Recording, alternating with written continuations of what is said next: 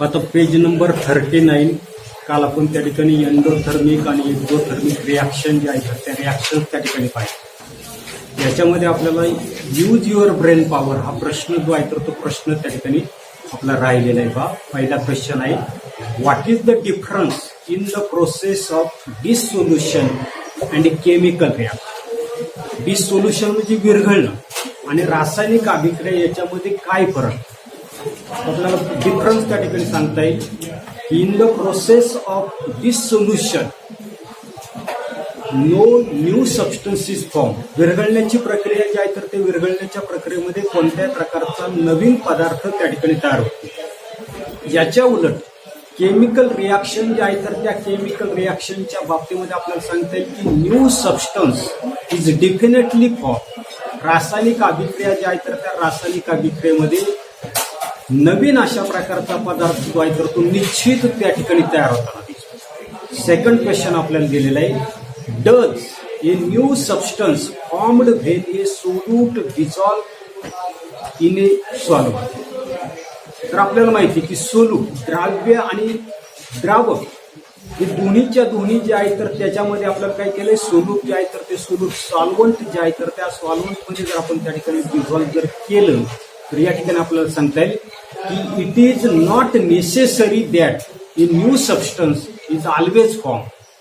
जे सोल्यूट जे आहे तर ते सोल्यूट सॉल्व्हंटमध्ये जर आपण त्या ठिकाणी डिझॉल्व केलं तर प्रत्येक वेळेला आपल्याला त्या ठिकाणी नवीन अशा प्रकारचा पदार्थ तयार होईलच असं नाही. याच्यानंतरचा पुढचा भाग आपल्याला पाहायचा आहे, रेट ऑफ केमिकल रिॲक्शन. रासायनिक अभिक्रिया जी आहे तर त्या रासायनिक अभिक्रियेचा दर.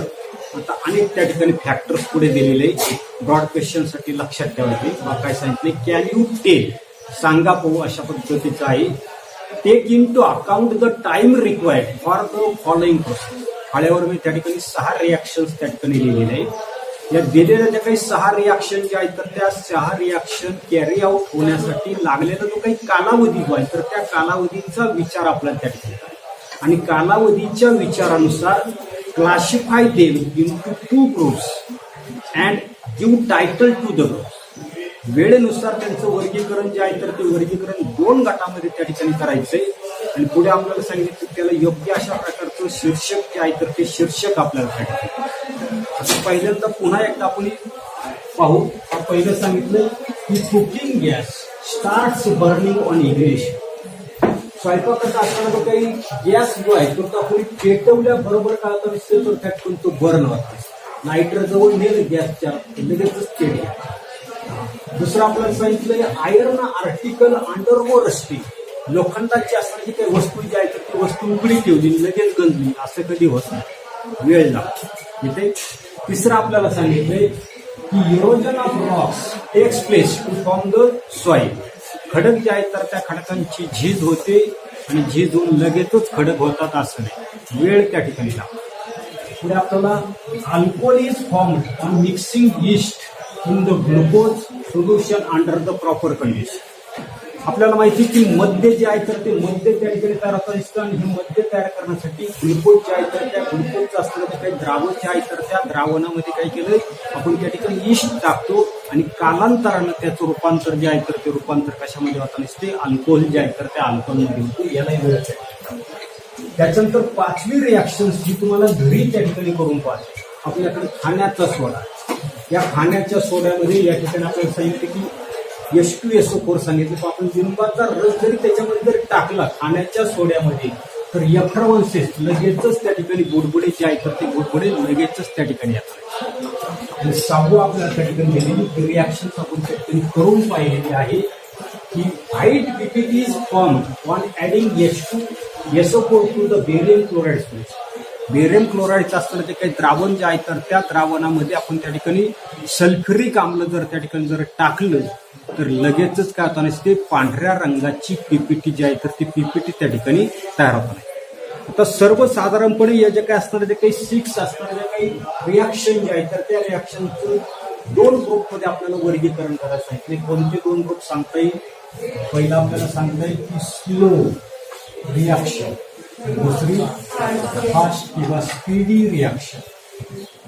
अशा प्रकारच्या 2 गटामध्ये त्यांचं वर्गीकरण त्या ठिकाणी आता सर्वसाधारणपणे स्लो रिॲक्शन जे आहे तर त्या स्लो रिॲक्शन कोणकोणत्या सांगता येईल?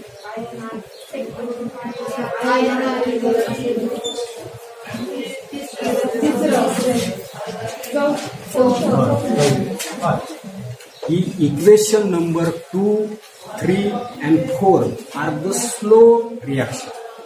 आता फास्ट किंवा स्पीडी रिॲक्शन 1 सांगता येईल, 5 सांगता येईल, 6 सांगता येईल. स्वयंपाकाचा गॅस आपण पाहिजे लायटर लिहिल्या बरोबर क्रॅक झाला. त्याच्यानंतर लगेच त्या ठिकाणी बुडबुडे जे आहे तर ते बुडबुडे त्या ठिकाणी आता नसतात. आणि ही रिॲक्शन्स आपण पाहिले की बेरियम क्लोराईडचं असतं जे काही सोल्युशन जे आहे तर त्याच्यामध्ये H2SO4 टाकल्याबरोबर पांढऱ्या रंगाची पीपीटी जी आहे तर ती पीपीटी त्या ठिकाणी तयार.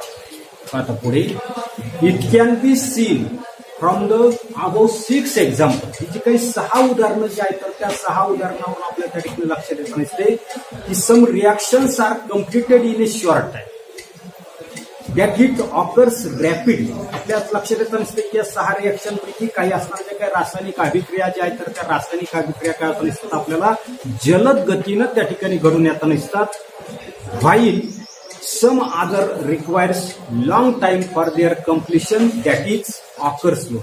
तर काही असणाऱ्या ज्या काही रासायनिक अभिक्रिया ज्या आहेत तर त्या रासायनिक अभिक्रियांमध्ये आपल्याला लक्षात येत नसते की काही रासायनिक अभिक्रिया घडून येण्यासाठी दीर्घ किंवा मोठा अशा प्रकारचा कालावधी लागतो. म्हणजेच त्याला त्याच्या काही रासायनिक अभिक्रिया ज्या आहेत तर त्या रासायनिक अभिक्रिया घडून येण्यासाठी आपल्याला त्या ठिकाणी बराचसा वेळ त्या ठिकाणी लागतो. त्या रासायनिक अभिक्रियांचा असताना काही वेग जो आहे तो वेग त्या ठिकाणी कसा असतो? स्लो त्या ठिकाणी असतो, मंद त्या ठिकाणी असतो. It means that rate of different reactions is different. आणि याच्यावरून आपल्याला सांगता येईल की रासायनिक अभिक्रिया ज्या आहेत तर त्या रासायनिक अभिक्रियांचा जो काही दर जो आहे रेट जो आहे तर तो प्रत्येक अभिक्रियेसाठी कसा असणार आहे? वेगवेगळा त्या ठिकाणी असणार आहे. आता पुढे the same reactions occur at a different rate on changing the condition. याच असणाऱ्या ज्या काही रासायनिक अभिक्रिया दुसऱ्या असणाऱ्या ज्या काही रासायनिक अभिक्रिया ज्या आहेत तर त्या रासायनिक अभिक्रिया आपण डिफरंट रेटनं काही करू शकतो तर त्या ठिकाणी त्या कॅरी आउट करू शकतो. आता कशा कॅरी आउट करता येईल त्याच्यासाठी दिलेले for example during winter longer time और long time is required for setting milk in to the curd. हिवाळ्याचे दिवस असतील तर त्या हिवाळ्याच्या दिवसामध्ये आणि उन्हाळ्याच्या दिवसामध्ये अशा दोन्हींचा त्या ठिकाणी आपल्याला विचार करायचा आहे. तर हिवाळ्याच्या दिवसामध्ये दुधाचं दह्यामध्ये रूपांतर होण्यासाठी हिवाळ्यामध्ये त्या ठिकाणी जास्त वेळ लागतो, उन्हाळ्यामध्ये कमी वेळ त्या ठिकाणी. While at the higher temperature during the summer the rate of the setting of the milk increases and the curd is formed early. आपल्या लक्षात येत नसते की हिवाळ्यामध्ये काय होत नसते? टेम्परेचर त्या ठिकाणी कमी असतं. टेम्परेचर कमी असल्यामुळे दुधाचं दह्यामध्ये रूपांतर होण्यासाठी वेळ त्या ठिकाणी. याच्या उलट आपल्याला उन्हाळ्याचा जर आपण त्या ठिकाणी विचार जर केला तर उन्हाळ्यामध्ये त्या ठिकाणी हायर अशा प्रकारचे टेम्परेचर त्या ठिकाणी असणार आहे. आणि हायर टेम्परेचरमुळे त्या ठिकाणी आपल्या लक्षात येत नसते की त्या ठिकाणी rate of setting of the milk increases and the curd is form early. जास्त तापमानामुळे दूध जे आहे तर त्या दुधाचं पटकन त्या ठिकाणी असणारे काही दही जे आहे तर त्या दह्यामध्ये रूपांतर जे आहे तर ते रूपांतर त्या ठिकाणी. Now let us see the factors which decide the rate of the chemical reaction. म्हणून रासायनिक अभिक्रिया ज्या आहेत तर त्या रासायनिक अभिक्रियेवर परिणाम करणारे जे काही घटक जे आहेत तर ते घटक आपल्याला त्या ठिकाणी पाहिजेत. आणि हे 6च्या 6 असणारे जे काही घटक जे आहेत तर ते घटक त्या ठिकाणी factors affecting the rate of chemical reaction. रासायनिक अभिक्रिया ज्या आहेत तर त्या रासायनिक अभिक्रियेवर परिणाम करणारे जे काही घटक जे आहेत तर त्या घटकांपैकी पहिला घटक आपल्याला पाहिजे नेचर ऑफ द रिॲक्टंट. रासायनिक अभिक्रिया ज्या आहेत तर त्या रासायनिक अभिक्रियेमध्ये भाग घेणारे जे काही घटक जे आहेत तर त्या घटकांचं स्वरूप कसं आहे म्हणजे छोटे आहेत, बारीक आहेत, मोठे आहेत, पावडरमध्ये आहेत, कशा रूपामध्ये आहे, त्यांचं रूप जे आहे तर ते रूप नेमकं कसं आहे तर त्याचा आपल्याला विचार करायचा. पहा, let us see the reactions of the metals aluminium and zinc with the dilute hydrochloric acid. आता या ठिकाणी पहिले आपल्याला त्या ठिकाणी स्वरूप जे आहे तर ते स्वरूप पाहण्यासाठी सर्वसाधारणपणे आपल्याला सांगितलेले की धातुरूप अशा प्रकारचं असतं जे काही ॲल्युमिनियम असेल. त्या दुसरं आपल्याला सांगितले की झिंक. या दोघांची काय करायची? हायड्रोक्लोरिक ऍसिड जे आहे तर त्या हायड्रोक्लोरिक ऍसिड बरोबर जर रासायनिक अभिक्रिया केली तर काय होतं पहा, one reactions of the both, that is aluminum and zinc with dilute hydrochloric acid, H2 gas is liberated and water soluble salts of the metals are the formed. आता दोघांची असणारी रिॲक्शन जी आहे रिॲक्शन काय करायचं आपल्याला डायल्यूट HCl जे आहे तर डायल्यूट HCl या दोघांची असणारी काही रासायनिक अभिक्रिया जी आहे तर ती रासायनिक अभिक्रिया प्रत्येक वेळेला काय करायची आपल्याला डायल्यूट अशा प्रकारची HCl जे आहे तर ते HCl बरोबर त्या ठिकाणी जर केली तर दोघांमध्ये आपल्याला लक्षात येतं दिसते की हायड्रोजन गॅस जो आहे तो हायड्रोजन गॅस काय दिसते लिबरेट त्या ठिकाणी होताना दिसतो दोघांमधून त्या ठिकाणी हायड्रोजन गॅस त्या ठिकाणी लिबरेट होताना दिसतो आणि पुढे आपल्याला सांगितलंय की water soluble salts of this metals are the पाण्यामध्ये विद्राव्य अशा प्रकारचे असणारे काही धातूंचे असणारे काही क्षार जे आहेत तर ते क्षार त्या ठिकाणी काय होतात दिसतात उदाहरणार्थ या ठिकाणी ClCl3 अशा प्रकारचा क्षार त्या ठिकाणी तयार होतो ZnCl2 अशा प्रकारचे पाण्यामध्ये विद्राव्य अशा प्रकारचे धातूंचे असणारे काही क्षार जे आहेत तर ते क्षार त्या ठिकाणी तयार होतात दिसतात. However, the reactions of aluminum metal takes place faster as compared to the zinc metal.